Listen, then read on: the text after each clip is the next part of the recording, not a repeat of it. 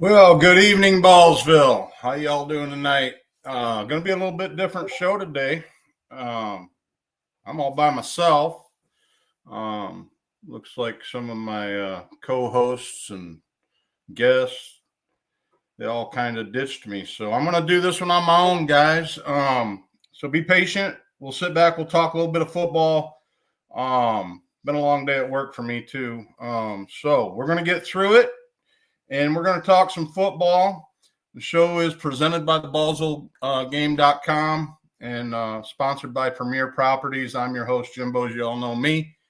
Um, I think what we ought to talk about right off the bat is about some of these major injuries we got going on in the NFL.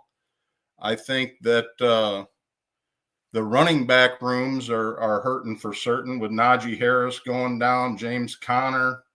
And I think the Chargers are in pretty good shape, with Hampton there. Really not sure what they're going to do with what they already have, on their bench. But I'm kind of feeling like they might give Gus Edwards another try. He's a free agent right now, so might be a good fit for him to come back in there and help out. The James Conner thing, good thing that they drafted Benson. Benson's a good back. Connor's been talking Benson up pretty strong. I think he'll do okay there. And, they also got that other kid. What is it?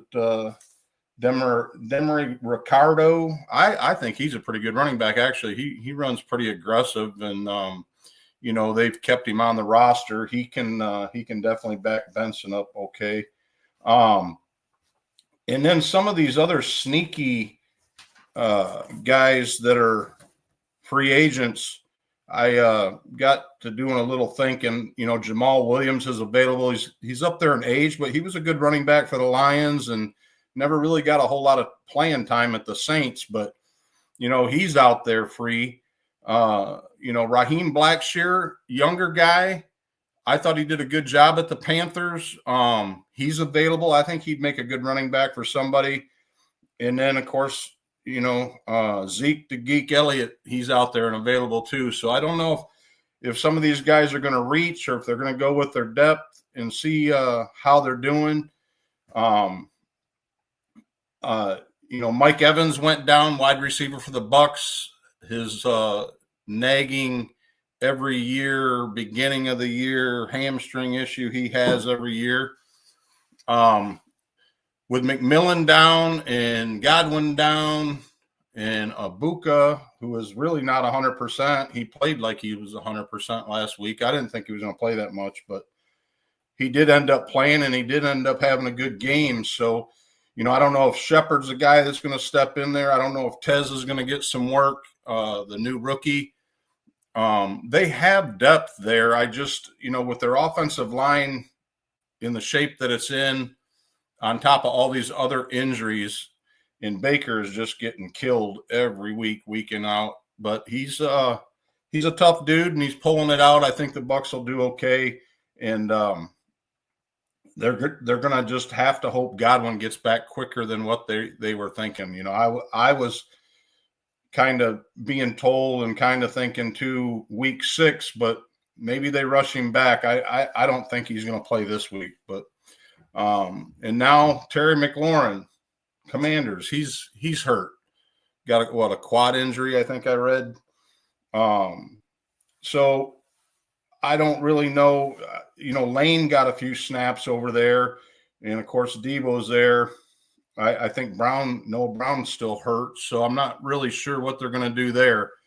And then their quarterback, I haven't really heard much on Daniels, if he's going to be back this week yet or not. But it does look like we are going to get a quarterback change this coming week. It looks like Jackson Dart is going to get his chance, and I'm all for that. I think the kid's ready.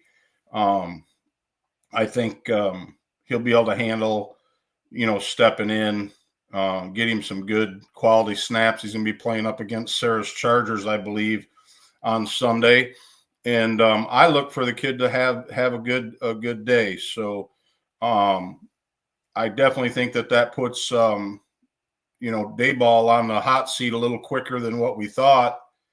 I think he's gone regardless of what Dart does. I don't think that he's long for the Giants, and I think most Giants fans probably would welcome that. But some other coaches that they've been talking about, McDaniels, they've been talking about him for weeks being on the hot seat. Canales, the Panthers head coach, he's on the hot seat. Stefanski at Cleveland, and of course, Mike Tomlin. Now the Steelers don't really go through coaches that often. I think it's time. I think Mike Tomlin's run his course there. I think they're way too defensive-minded of a football team, and their defense really is not that great. I mean, Ben Roethlisberger went on the air in his podcast this week already and said that the defense is not unique. In the past, it's always been unique with Polamalu and all them guys running around. He said he wants to see Ramsey do a little bit more blitzing and a little bit more exotic type defenses, but I don't think defense is really their biggest problem right now. I think it's the head coach. I think they just live in the past. They coach in the past, and I'd like to see the Steelers, freshen it up. Wouldn't hurt my feelings to see Mike Tomlin go. I like the guy. I just don't think he's there to keep going. The waiver wire is not all that great. There's not a whole lot of guys out there to be picking up on the waiver wire right now. I was just looking to see, some things that would happen. I was pretty surprised, you guys that got McNichols last week for the Commanders. He had a hell of a game. He played a good game. I know everybody was thinking the rookie was going to get the majority of the carries, but I think they kind of split that up out there with the Commanders, and McNichols did a pretty good job. And then, of course, Rodriguez is there. But I do think that Austin Eckler's days are over. I don't think he'll come back after this injury. He's getting up there in age, and he's been pretty injury prone all along anyway. So I don't really look for him to come back. I think the rookie is probably their future, and we'll see how they do in getting McDaniels back. But it's been a weird year, I think, with all the injuries. It's really going to shake up the fantasy thing. And the ones that are really going to be fun to watch are the gauntlet leagues, guys. I think they're going to be fascinating because with a lot of these big name guys out, CD Lamb's out now too. After I had a whole lot of stock in Tolbert all last year and in my dynasties. And he's not that bad a receiver. He did okay on an off day or a bye for somebody, but I did a bunch of dropping him, and now I wish I'd have kind of kept him. But I think these bye weeks are going to really hurt even more than usual with all the injuries. It looks like the running back rooms are going to, if you did good in your drafting and you were fortunate enough to take 3 in a row, then you'll probably be okay running back wise, which means you probably missed out on the big name wide receivers anyways. So, if you ended up having some pretty average wide receivers and you had a good tight end, you might be okay. It's going to be interesting to see what the guillotine part of the gauntlet looks like in, 9 and 10. I think it's going to get interesting. So we'll see where all that goes. But it's my redrafts. I don't know about y'all. I didn't do that great with redraft this year. I've never been a big redraft guy anyway, but I didn't draft well in redraft.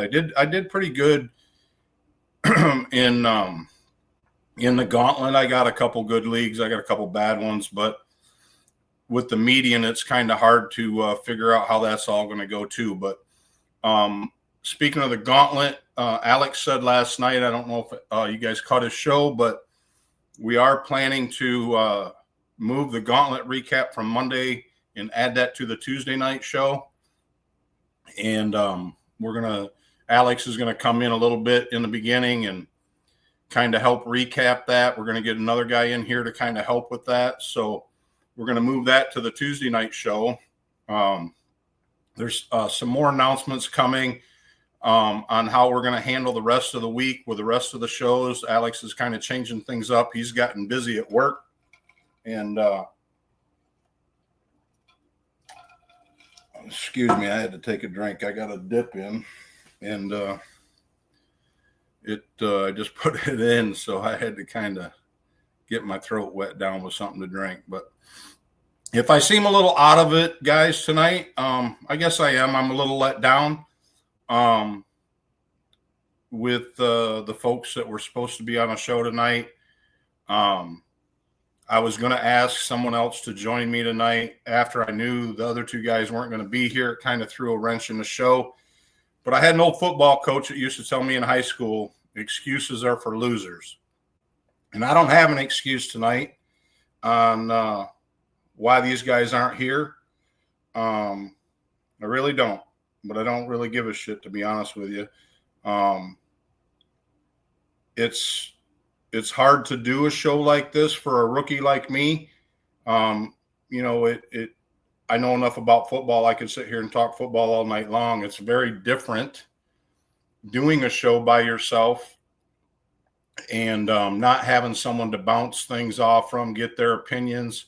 So everything's kind of a one-sided thing. I feel like I'm talking to my dog Puka over here, which isn't too bad. I talk to her a lot when I'm watching football. So if I had a game on, I'd probably be a little bit more at home. But I'm going to go to chat.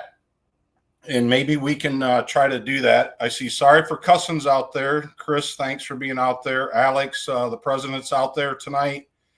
Who else is in there? Francis is in there tonight. My wife's in there. She's working tonight. And she'll be out all night long. So she made the show.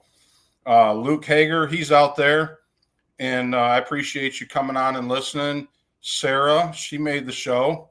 And so I appreciate you guys being out there. You guys throw something in there that you want to talk about and just pretend you're my co-host tonight or a guest.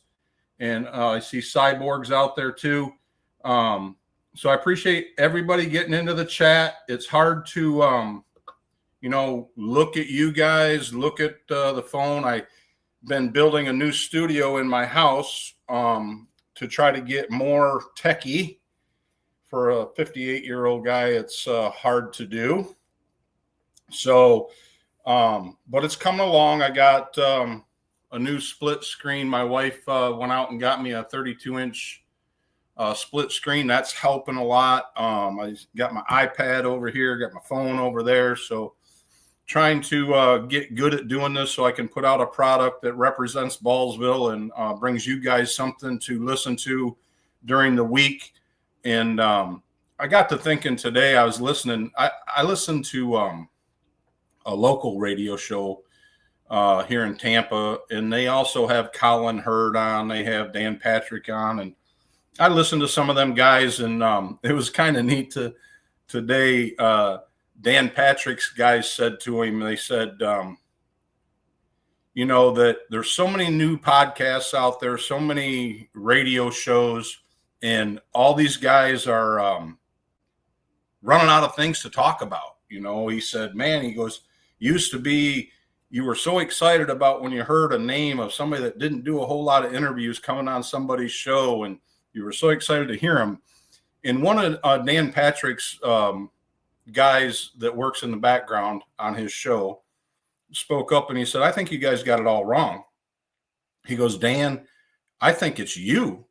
He goes, your ability to interview people and ask the right questions to people is why these folks tune into your show. It isn't so much the guests you have, it's how you interview them and what the questions that you answer, get them to answer the hard questions and you have enough respect to where people, open up to you. And he says, so I think you guys got it all wrong. And I kind of thought about that for a minute.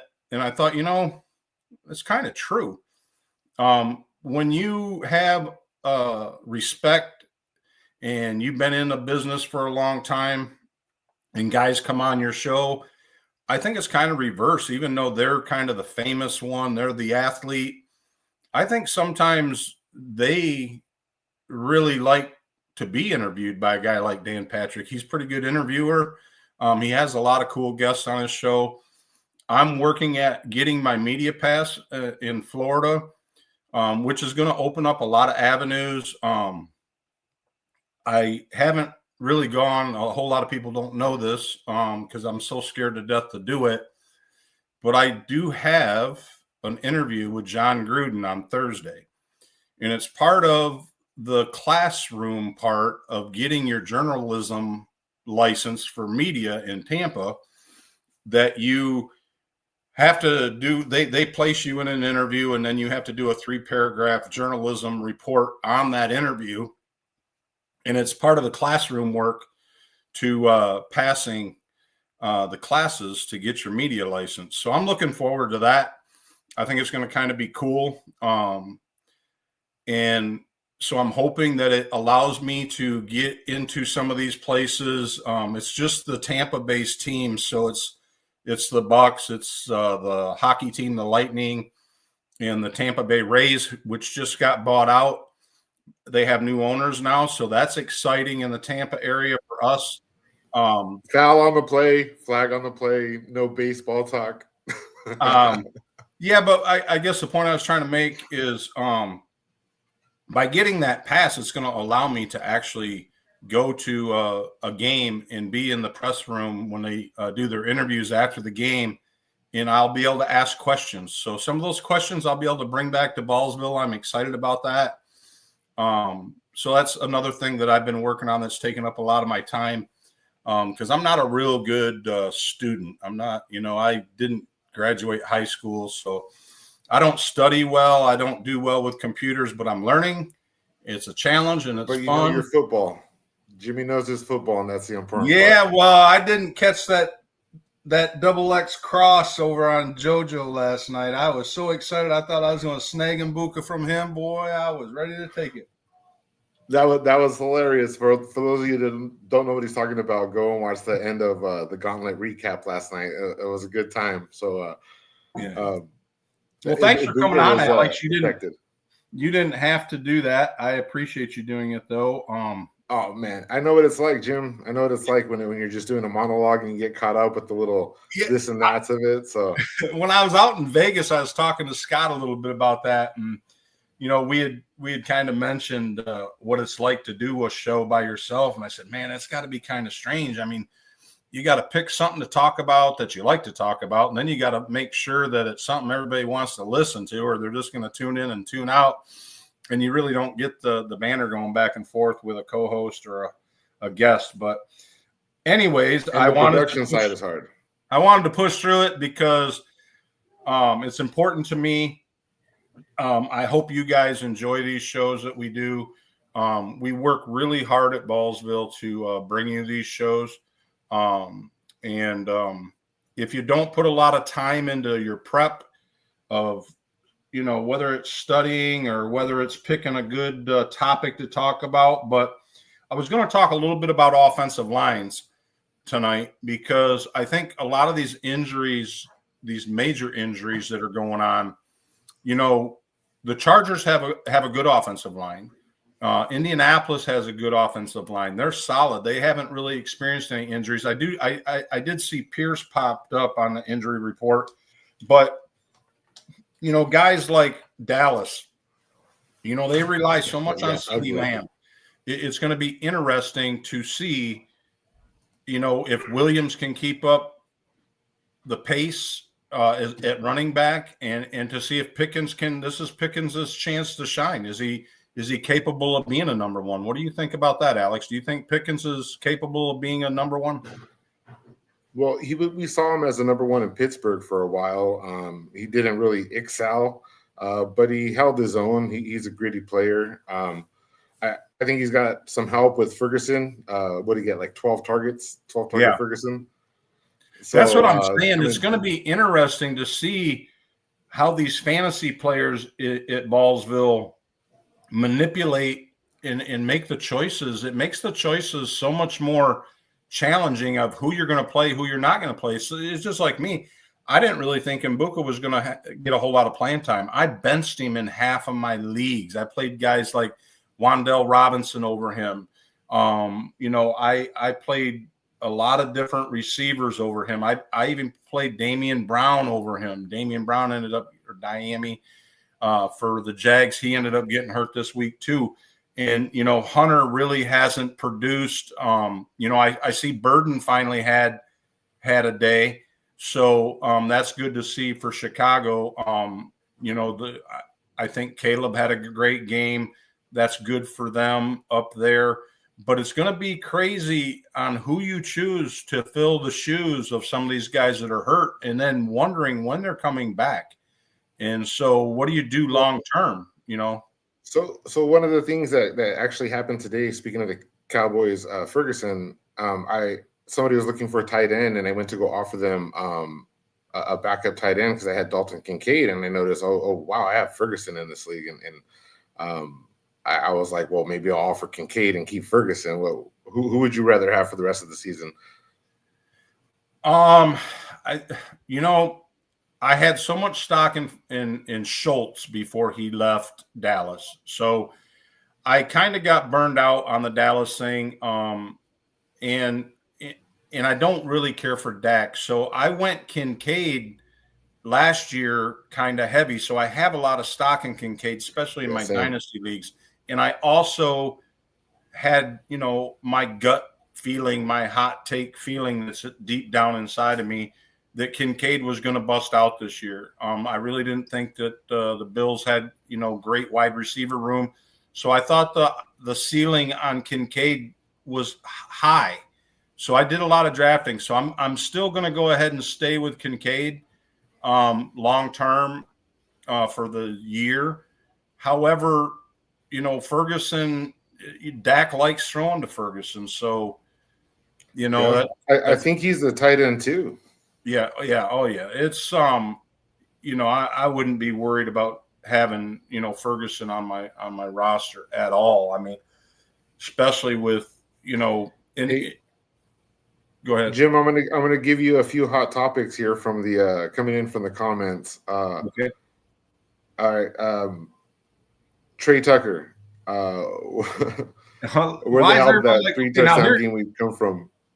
I'm going to go. Okay. I'll tell you why I did that. Okay. I loved Trey Tucker last year. I thought he was going to be a breakout kid. I'll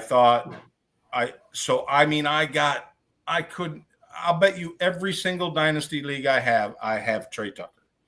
So when I got Trey Tucker given to me as an early Christmas gift last week by Sorry for Cussing in our Pirate League, I thought to myself, okay, Jacoby's there.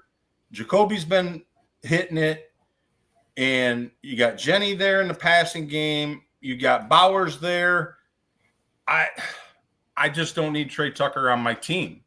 And so I just thought, Booty was – I think I dropped Trey Tucker and picked up Booty. And I just kind of felt that Drake May was searching for – a comfort zone. And I just kind of had a feeling by looking at some of the scoring that Booty was going to be that dude. So I went ahead and grabbed Booty and dropped Tucker. And Tucker went off.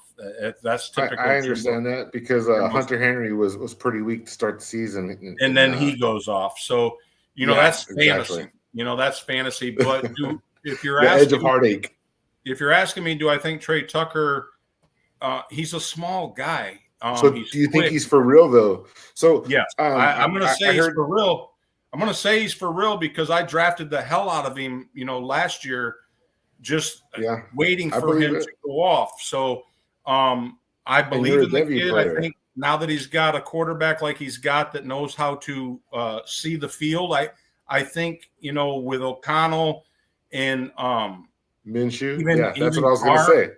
even with O'Connell and even with Carr, those guys really don't look at the field. They look at a player downfield and they just make a decision, where I think Geno knows where that kid's going to be. And so I think he stands a pretty good chance of flourishing with Geno Smith being his quarterback. Excellent point. Excellent point. Okay, so here's another one. This is something that we talked about last week, or after week one on the recap. Ladd McConkey, wide receiver 3 on the Chargers. Want to talk about it? The thing is, I think what's going on with Justin Herbert is he wants reliability, and Allen is such a great vet and a great route runner. In the jump ball, I think, is why Allen wins in Justin's mind of throwing him the football. I think Justin knows he can throw it outside the numbers on the sidelines. He can throw it up. He knows the contested catch. Allen's going to win those contested catches 9 times out of 10. And McConkey's across the middle, Edelman type guy. And running that slot, I just don't think Herbert is going to spend the time waiting for him to come across. I think he'd rather throw the ball downfield. So I think that's why it seems like that offense is designed to take advantage of every yard, it seems like. And so you're talking about a fully opened offense, and any other team, that slot receiver is the guy you want to target. But with the Chargers and Herbert's accuracy downfield, it's working out. Even with Quentin's there too, and I think he's a great receiver. He reminds me a little bit of a big guy, kind of like a Keenan Allen or even a Mike Williams.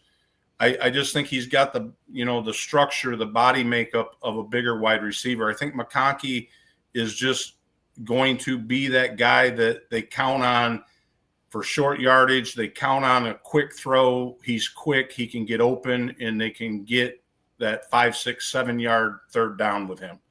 But as far as the touchdown throws in the back of the end zone, the long throws, I just don't think McConkey's going to be in that makeup. So I don't think he sees number 1. So here's a fun one. How about order them and how they're going to end the season? Who do you think should be 1, 2, and 3? Who? All 3 of the Chargers receivers. If Keenan Allen can stay healthy, which he won't, I think Johnson ends up probably scoring more fantasy points than McConkey. So I'm going to say Johnson, Allen, McConkey. I'll go Johnson, McConkey, Allen. I think it's going to slow down for Keenan. I have this theory about these older wide receivers and how they start the season hot. And then now's the time to sell Keenan because they're older and their bodies start to, get weary at the end of the season. And that's when you see a drop off in their production. So I think to end the season, it'll be McConkey at the 2. But I said this earlier. I think that Quentin Johnson has the tools to do some of what McConkey does, but McConkey doesn't have the tools to do what Quentin does. And I think that's the difference right there. Yeah, I think they'll be okay. Jim Harbaugh's a brilliant coach. I think they're going to still want to run the ball. I think he's smart enough to know he's not going to be able to wear Hampton out day in and day out all year. I look for them to go get a veteran running back. I think it will happen sooner than later. Now, here's a really tricky thought. If you've noticed, the guy that carried the Broncos all last year, McLaughlin, running back, McLaughlin. What is it? Jalen? Yeah, Jalen McLaughlin. Right. Jared McLaughlin. Something now, like ever that. since that running back room got crowded, and he kind of had a little bit of a nagging injury, but he's been healthy scratch for all of the beginning of the year. I think they're going to trade that kid. I think he's going to get traded. He's a good running back.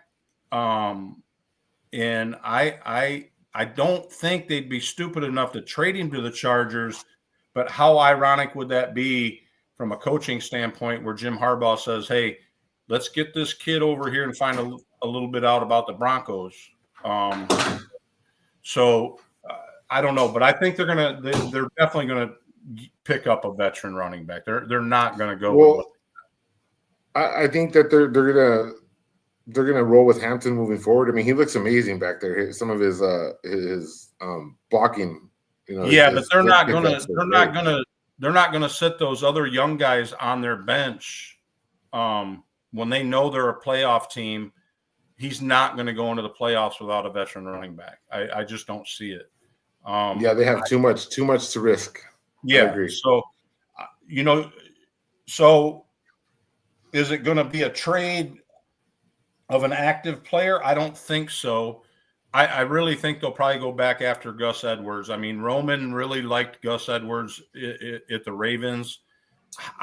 I was surprised to see him go. I was surprised to see them offload him. I just don't think Haskins is the answer in the Chargers backfield going forward to be a backup. I mean, he's an okay backup running back, but not to get ready for playoff football. So I think they will go for a veteran, and I think it'll happen sooner than later. Cool. Yeah, and then this coaching thing. How do you feel about Daboll? Do you really think he's done out there? Like, no matter what they do with this quarterback change, or do you think that he's making this change right now, knowing that this is his last hope he's doing it early enough to try to make the playoff? It's definitely a Hail Mary here because they looked horrible. And to put that kind of stock into Russell Wilson, who's looked horrible for the past 2 years, I think he's allowed like 2 good games a year. And he's used one of them. They don't want to wait for the other one. So, they announced officially, right, that they're in Darden at starter or no? Yeah, Dart's going to start. Yeah, okay. So, yeah, they already named Dart. I think it's a premature. He's going to start. So I like Dart. I picked him up in a lot of my DB leagues. I picked him up in a lot of my drafts in Ballsville. So I'm kind of excited to see him play. I was a little let down with Trey Harris from Ole Miss, not really panning out. We were talking about their receivers, and we didn't even mention Trey Harris, and rightfully so. He's not doing shit. So I don't even think he's the 4 there. No, not right now. And I'm really, really surprised about that. And so anyways, what'd you think about some of these games that were played? How'd you like this comeback from the Lions? That's kind of why I put the Lions background up. I was kind of proud to see them come in and put a hurting on the Ravens. Oh man. I gotta say these night games. So I wake up at 3:30 in the morning, 3, and then I snooze for a half hour. These night games are too damn good, man. They keep me awake all night, and I'm just glued. And we've been so blessed. Football is so back. That was a very, very cool game to watch. And I was excited for the Lions, so that's kind of why I put the backdrop up to the Lions, being from Michigan and everything. Even though I'm a Raiders / Bucks fan, but. I thought that they would throw the ball to win that game, and they really didn't need to. I cannot believe that they ran over them like that. I just cannot believe it. So the Ravens defense is respectable, but when you go and you look at the numbers, they're giving up a lot, but that's only because they're scoring a lot, and that defense is out there so much. Colin Hurd on his show today said the Ravens defense is just as bad as the Cowboys. The only difference is they don't have a star on their helmet. Oh man, I don't know if they're as bad. I think they're overexposed is what it is. They're workhorses. They do the work there, and if they don't hold up, then it's going to be a shootout. And they put so much stock in their back, their back line, their cornerbacks and their safeties. They got awesome guys back there. But for some reason, they just aren't getting to the quarterback. I couldn't believe Marlon Humphreys was able to chase down David Montgomery like that. After 72 yards, he did not give up, and that was a hell of a run. Chris is asking in chat, he's saying, do you think Mixon is going to come back this year? Probably just in time. What really gets me is there's really been nothing public about the true injury that he's experiencing. So that's what's really got me. What is the injury? And why isn't it must be pretty bad. I don't know. Did he get any surgeries? I don't think he got any surgeries. So yeah, you're right. Come to think of it, I haven't heard anything about any specifics. So if they're just hoping it's going to get better, that tells me that it's an injury that could very much reoccur. So does Mixon make it back? I don't think he needs to from a standpoint from the Houston side of things. No. Chubb's not doing too bad, and Woody Marks, I think, is going to be the future of that team anyways. He did get some snaps this week, and he did play. And, that's the other thing in fantasy that we're all going to be experiencing with these injuries is even the folks that we do pick up and we do get, they're not going to score us a whole lot of points right now till the teams decide whether they're going to play them and actually put them in their schemes week in and week out. So we're going to be experiencing these 5, 6, 7 numbers for points from some of these fill-ins, either the rookies or the backups. So it's really going to tighten up the scoring. So, I got to looking at some of the leagues where I'm behind in, where I've lost some games, but I haven't really been, hit by the bug of the injury bug that bad. I mean, I did with some of my Bucks stuff players, but and I did I have a lot of Godwin. Yeah, and I did have quite a lot of stock in Najee, but I just think it's gonna even it up. A lot of the drafts I was in, I didn't, I went quarterback heavy in most all my drafts. So, the quarterback losses that we've had really haven't affected me. That's good. That's good. Yeah. I've been pretty fortunate on the injury front. I've lost a couple players. Like I had Mike Evans one place and stuff like that. I lost a lot of Kittle, but I have a lot of Rashee Rice. I have a lot of Xavier Worthy. That was horrible week 1, but you got him like pretty late in drafts to where it didn't sink your team. And I'll be getting him back, Godwin back, Kittle back, and Rashee Rice back at some point. So I think if you're 0-3 or if you're hurting out there, don't quite throw in the towel yet. The help is on the way if you have any of these players. Yeah. So it's an interesting excited year. About it. The gauntlet thing is going to be exciting to bring to the show starting next week. I'm going to have fun with that. I'm going to dig into that a little bit. So the pirate thing has been really exciting. The pilot that we're running. Now, let me ask you a question, Alex, since you're on here about these 2 pirate leagues. Are you trying to decide which one we're going to use, or are we doing the 2 different ones just to try them out, or what? So the one titled Balls de Luffy, I have no control over that. I'm just a spectator in that. I'm watching to see how it goes, and at the same time, it's allowing Ballsville players a free opportunity to get their feet wet, test out Pirate, check out that format. And then in the Brass Balls is something a little bit more structured, where we had somebody in Sticky Picky who has done Pirate Leagues before, who was able to give some advice. He gave us his bylaws, and we kind of amended them and made them to fit our game. And that's going to be the main format that we use going forward. But you're actually playing in both of them. I mean, yeah. Tell me what you think about the differences. It's confusing at first to me because I kept, okay, I ain't got to worry about my bench in this one. Okay, this is locked. Okay, I can use the cross guy on this, and you can only pick from each other's, flex on this one, but the other one, you can, give him a bench player, and you get, so just getting it worked out. I actually like the one with the skulls on it, I think, better, the crossbone lock, versus locking 2 players and letting them sit there all year. If you could change change the lock, let's say even if you could just change one of the locks weekly, would be nice. Because see, I locked Jaden Daniels and I locked James Cook. Okay, so with Daniels going down to my bench, he's already safe. Yeah, because there's no IR. So yeah, so you're just missing the spot. Right. Well, I missed a lock. You see what I'm saying? So Yep. I missed a locked player on where I could have used that lock. So maybe if your guy does get hurt and he's down on the bench and becomes a bench player because of that, maybe that lock should be able to come off and be used. Because see, I'm probably going to lose McBride because of it.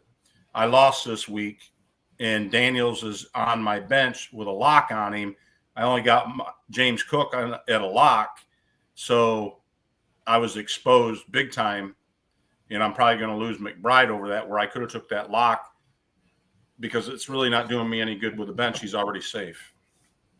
In our other one, in our brass balls, I lost to Zubikis this week by like 3 or 4 points, and he had Zay Flowers, and I almost had a miracle there. He started off with like a like 0.15 lead, and I was like, Zay Flowers loses any yardage and we're golden. But so the one that I had with JoJo that I got all excited thinking I'm getting Mbuka, and then Chris reminds me last night and rains on my little parade.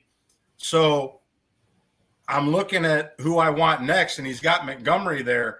And I look up at the score, and I mean, I'm killing him, but then all of a sudden Montgomery knocks off that 72-yard run, and I'm like, damn, I might lose this thing.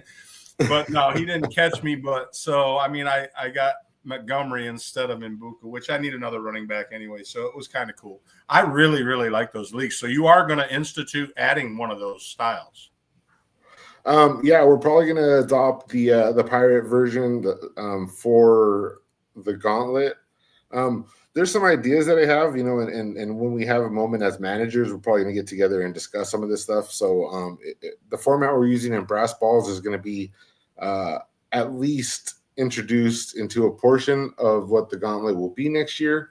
Who's to say if it's all the leagues are like that, or if it's a portion of the leagues have the pirate portion have the redraft, something like that. But everybody that's taking part in our managers for this year will have a say-so and an opportunity to kind of interject their own little, seasoning onto what we're going to be rolling out next year for the gauntlets. If I really would have thought about it, I would have put these two kids in as my guest and my co-host tonight. I was sitting here so bummed out that the guys didn't show up. And I thought, you know what? I'm going to put these guys down there, and I'm going to add them. I'm going to put them in and let them do the show with me, these two guys. Hey, I got somebody at the door, Jimmy. I'll be right back. Hey, that's fine. All righty, guys. If there's anybody else in chat that wants to – and I got another announcement too, guys. This is really cool. Alex and I have been talking about this. We are going to expedite – they've talked about for a while now that we're going to get our merch going for the Ballsville shirts, Ballsville cups, Ballsville hats. Alex has put it together to where he's going to allow me to get that started for him and for you guys. So my wife is going to be taking it over. She's going to get everything all set up. She's going to do all the shipping, the packaging, taking your guys' messages, taking your orders. And so we're going to get the printing done. We're going to so any type of merch ideas that you guys have, get them out there. Once we get my wife, Lisa, involved, you guys will be able to contact her, and we'll get an order form put together, get it put on the website. But we are going to put the pedal down and get serious about our merchandising as this season goes on. I'm hoping that we can get it up and running before playoffs is my goal. So I'm excited about that with Alex his talent, of his artistical stuff. I think it's going to make for some really cool t-shirts. So any ideas that you want to see first, let me know. If you want to get into doing any type of specialty type orders, let me know. Like if you want your name on something, we'll have a place for that. And we'll get a spot on the website to where you guys will be able to start ordering merchandise. That is right around the corner. So that's something I'm excited about. And we're going to get that up and going. And then, like I said, the DV thing is going to start up, but the merchandising thing that's getting ready to happen, that's going to be fun. So I'm excited about that. Lisa's getting involved in that. She's going to be doing all the ordering. And so we're going to push through with that and get some stuff coming to you. Hopefully we can get some stuff out before playoff time, Alex. Yeah, I would put the Ballsville logo on a hat like this. That'd be pretty tight. Yep, it's going to happen. So we just got to decide what our first wave of merch is going to be.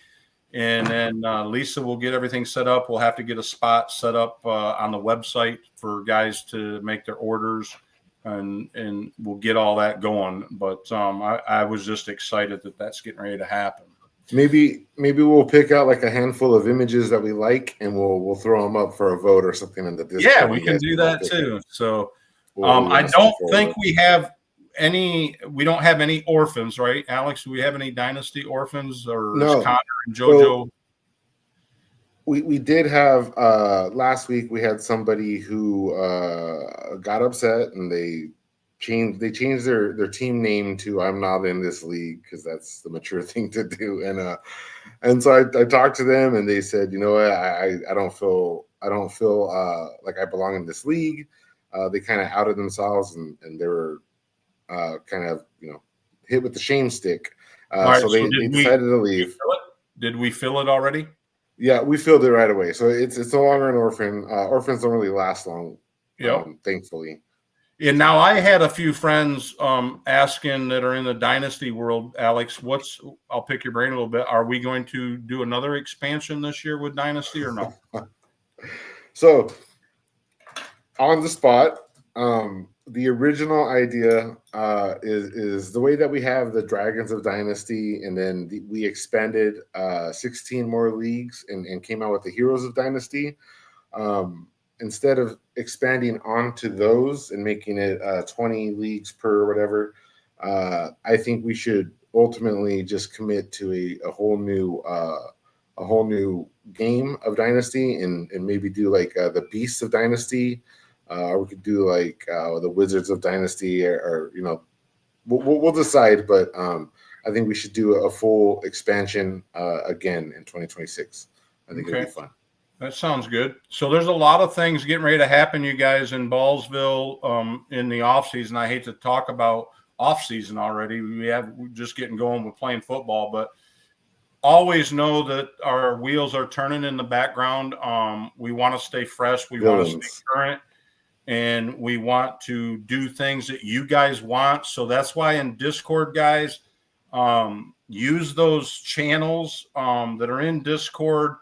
Whatever it may be, even if it's just the chat room is taken off. We have a lot of regulars in there. We talk a lot of different types of stuff in there. It's a place where you can let your hair down and kind of really get off the chain conversations going on.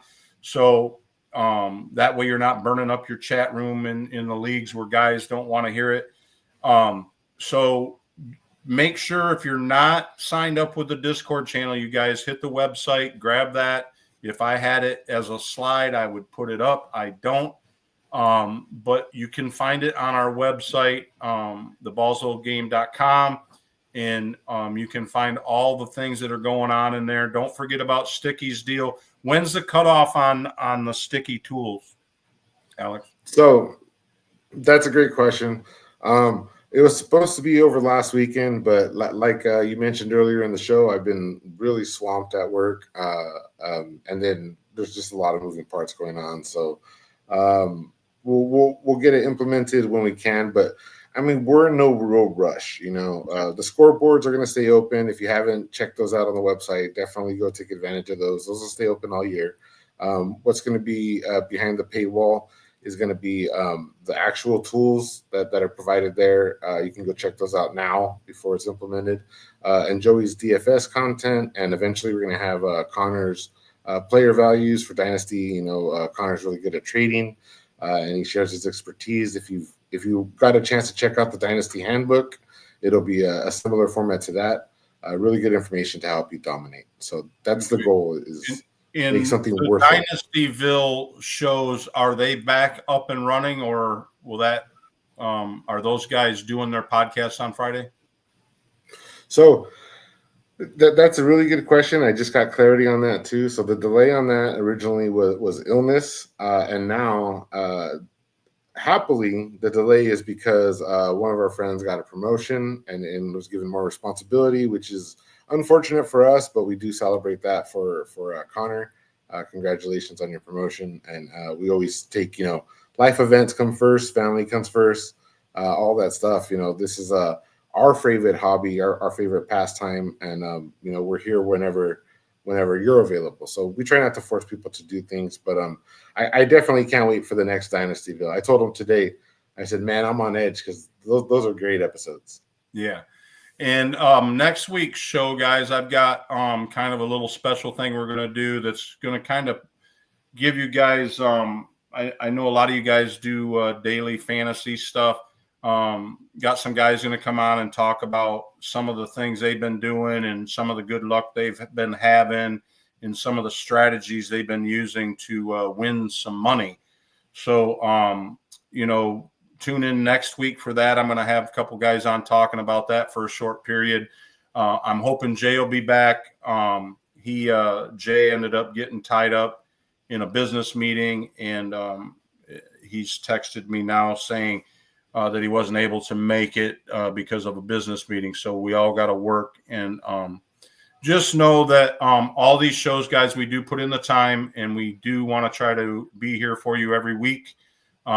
So I can tell you this, that I'd have to be laying in a hospital bed not to be here on my show on a Tuesday night.